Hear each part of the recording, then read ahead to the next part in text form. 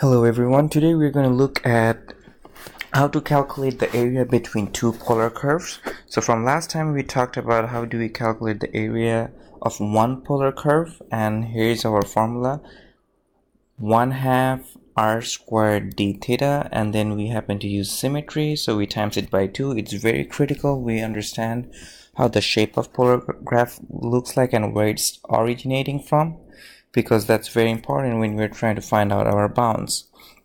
So here's our two equations. One of them is given by r equals -6 cos theta, I'll call it blue, and the other one is given by r equals 2 minus 2 cos theta. So if we sketch it and you have your calculator, and both of them would look something like this. -6 cos theta would be some shape like this. I'll have a better picture. And the other one would be 2 minus 2 cos theta. It's a sideways cardioid. So you have a picture like that. So at first the question asks you find the points of intersection. In other words, they're asking you where are they both crossing.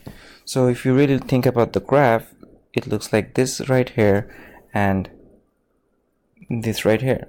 And remember, we're in the polar. We are talking about these are not the x and y's, these are your alpha and beta, where alpha and betas are your corresponding angles. So in order to get your intersection, we need to really do -6 cos theta. When is this equaling or meeting the other function 2 minus 2 cos theta? And if we want to isolate cosine theta, let's say I'm going to move this -2 cos theta on the other side, so plus 2 cos theta on both sides. So I would have -4 cos theta equals 2. If I divide both sides by -4, because I am trying to isolate cosine theta, so I'd have cosine theta equals -1/2.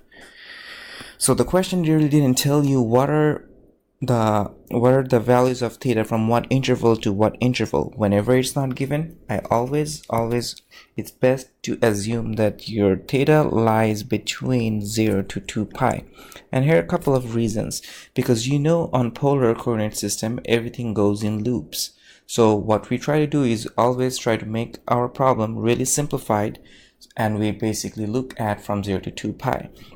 So what are the angles? Cosine of theta equals -1, and those are theta equals 2 pi thirds, second quadrant, and 4 pi thirds, which is the third quadrant. So what we just found is 2 pi thirds, and this value right here is 4 pi thirds. So that was your example 3. So these are the corresponding angles where they both intersect. Okay, now that we have looked at what are intersection, the next question really is asking you find the area of the region common to two regions. So first, it's very important you have an intuitive idea when we're talking about common to two regions, what are they talking about. So if you look at it, common to two regions is all of this right here.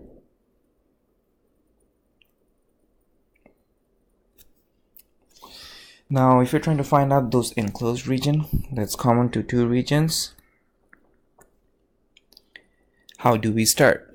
Now, remember, we already did the hard work. In other words, we found the intersection. So I want you to really focus on the second quadrant, or in other words, the top half. And if you really think about it, here's the top half, and it's symmetric about the x-axis. So our goal is to find the top half, whatever that is, and we're going to multiply it by 2. So I'm going to have a better picture right here on this zone. So the first, it looks something like this, and here is something, and for me it's really easy because I get to use colored pen. So on the exam or when you're taking a quiz, it's very important you label your graphs.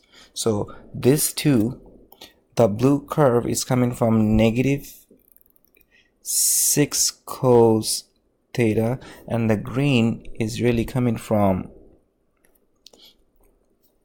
2 minus 2 cos theta.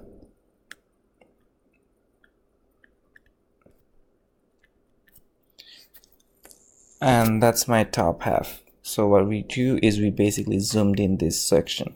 So if we really try to find the area of that region, and our goal is to times it by 2 due to symmetry.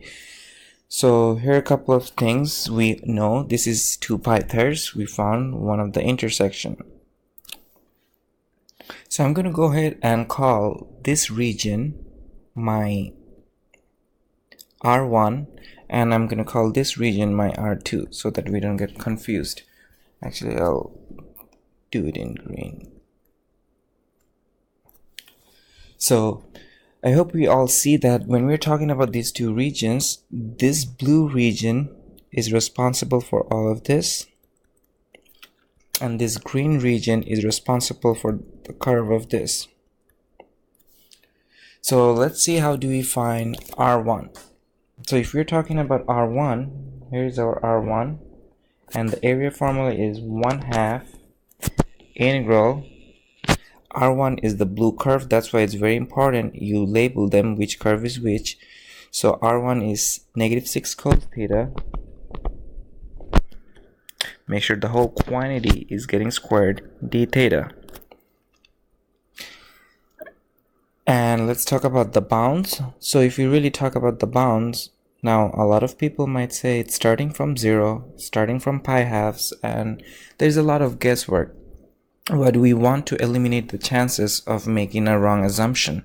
But how do we eliminate that is what we called radial lines. In other words, you want to set your r equals 0. So when we're talking about the blue curve, the blue polar curve, if you set -6 cos theta equal to 0, we're really saying, if I divide both sides by -6, because we are trying to isolate cosine theta, we're saying cosine theta equals 0. And what are the corresponding angles? Once again, from 0 to 2 pi. Well, our theta happens to be pi halves and 3 pi halves. So in other words, from here you're not going from here, the angle it's forming, it's not 0, it's pi halves. So that's why your lower bound becomes pi halves, and you're starting here, that's your pi halves, and your upper bound is 2 pi thirds. That's why do not assume, set it equal to 0 so it tells you where you're starting, and so on. Most of the time it will, but sometimes it might not, because they goes in loops. That's why we talked about in class, you also have to use your brain, what makes more sense. Okay, so we talked about R1. Let's talk about R2, which is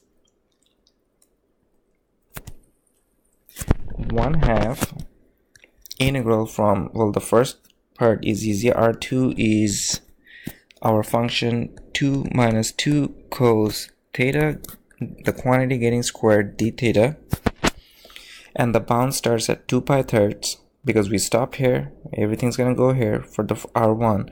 So it's 2 pi thirds lower bound, and it's kind of straightforward. This guy is pi.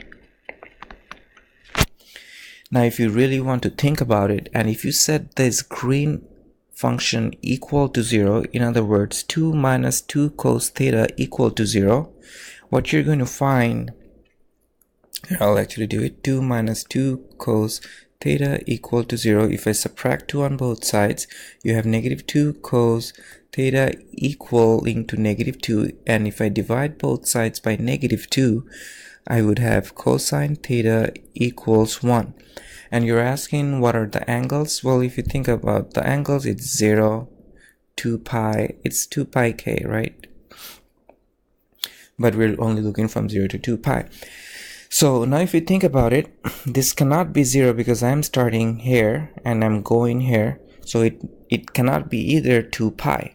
Now, that's why we always say you also want to focus like what our brain is saying, because if you really think about the original graph, here's your first graph and here's your second graph, and if you're talking about the green one, here is your 0, you're starting, here is your pi, you're ending at 2 pi, right?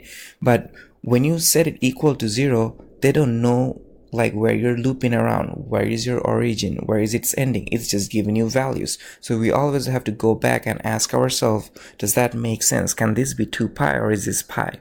So that's why we're setting it equal to pi. So our idea, your final area is as follows. So area would be the blue guy, 1/2 from pi halves to 2 pi thirds, -6 cos theta, the quantity squared d theta, plus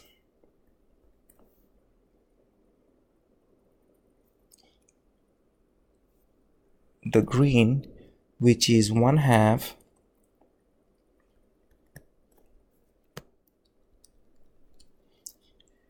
integral from 2 pi thirds to pi of 2 minus 2 cos theta, the quantity getting squared, d theta,